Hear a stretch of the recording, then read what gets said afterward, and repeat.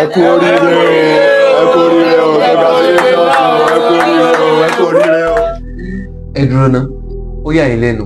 ẹ má jẹ́ kó yà yín lẹ́nu ó ti bẹ̀rẹ̀ náà nù ariwo ayọ̀ ìró ìdùnnú ó ti bẹ̀rẹ̀ nínú ilé tèmi tiẹ̀ bẹ́ẹ̀ náà ni ariwo oríire ti bẹ̀rẹ̀ náà nù gẹ́lẹ́ bí a ṣe ń kí ìyá wa Dr. Rhoda Olúwatóbẹ̀rù Mákindé aya Honourable Dr. Abiola Peter Mákindé ní ẹni tó jẹ́ ọmọlẹ́gbìmọ̀ aṣòfin kékeré fún ẹkùn ìlà oòrùn àti ìwọ̀ oòrùn Oǹdó fún ìjọba àpapọ̀ kú ayẹyẹ orí kádùn ọjọ́ òní ṣé bí ọlọ́dún báyìí ní mọdún ẹ̀ lọ́dún bóyá ń ṣe mọ tiẹ̀ náà afárá tẹ́jọ́ láò ní sáláì mọ tiẹ̀ láàlá oko ìyá wa Rhoda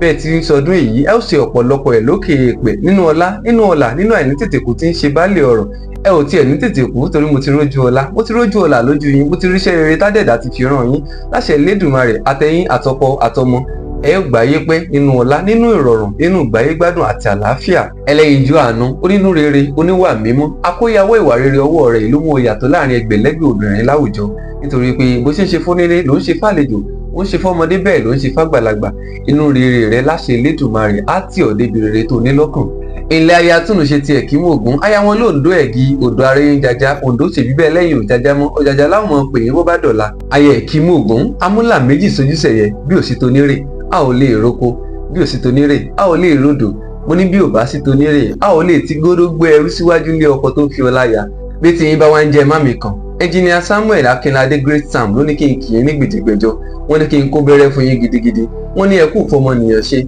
wọ́n ní ẹkú bẹ ṣe ń ṣe fúnnílé tẹ́ ń ṣe fàlejò wọ́n ní ẹkú bẹ ṣe ń ti ọkọ yín lẹ́yìn gbígbẹ kẹ́ ṣe ń fọwọ́ tilé nílùú Oǹdó wọ́n lé Elédùmarè ó mọ̀ wà pẹ̀lú yín wọ́n lé ẹkú ìtọ́jú àwọn ní gbogbo ìgbà pàdẹ́dà àṣẹ̀dá àmẹ̀dá kò ní fi yín sílẹ̀ nígbà kọ̀ọ̀kan Great Sam wá ní kí n fi kún fún yín pé ibi rere tẹ́ láfojúsùn fún láṣẹ Elédùmarè á tó yín lọ́wọ́ ìrọ̀rùn ló máa já sí fún gbogbo tẹ́ ní lọ́kàn ní dáadáa fún ìpínlẹ̀ Oǹdó lápapọ̀ àti fún ìlú Oǹdó láṣẹ Elédùmarè ó máa tó yín lọ́wọ́ a kì í gbọ́ sọ́lú abẹ́rẹ́ lómi a kì í gbọ́ gbìyèrà ojú abẹ́rẹ́ kì í ṣèpin láṣẹ Elédùmarè ojú yín ò ní ríbi Dr. Rhoda Olúwatóbẹ̀rù Mákindé láṣẹ Elédùmarè ẹ ò pẹ́ kọrin kése happy birthday to you ma.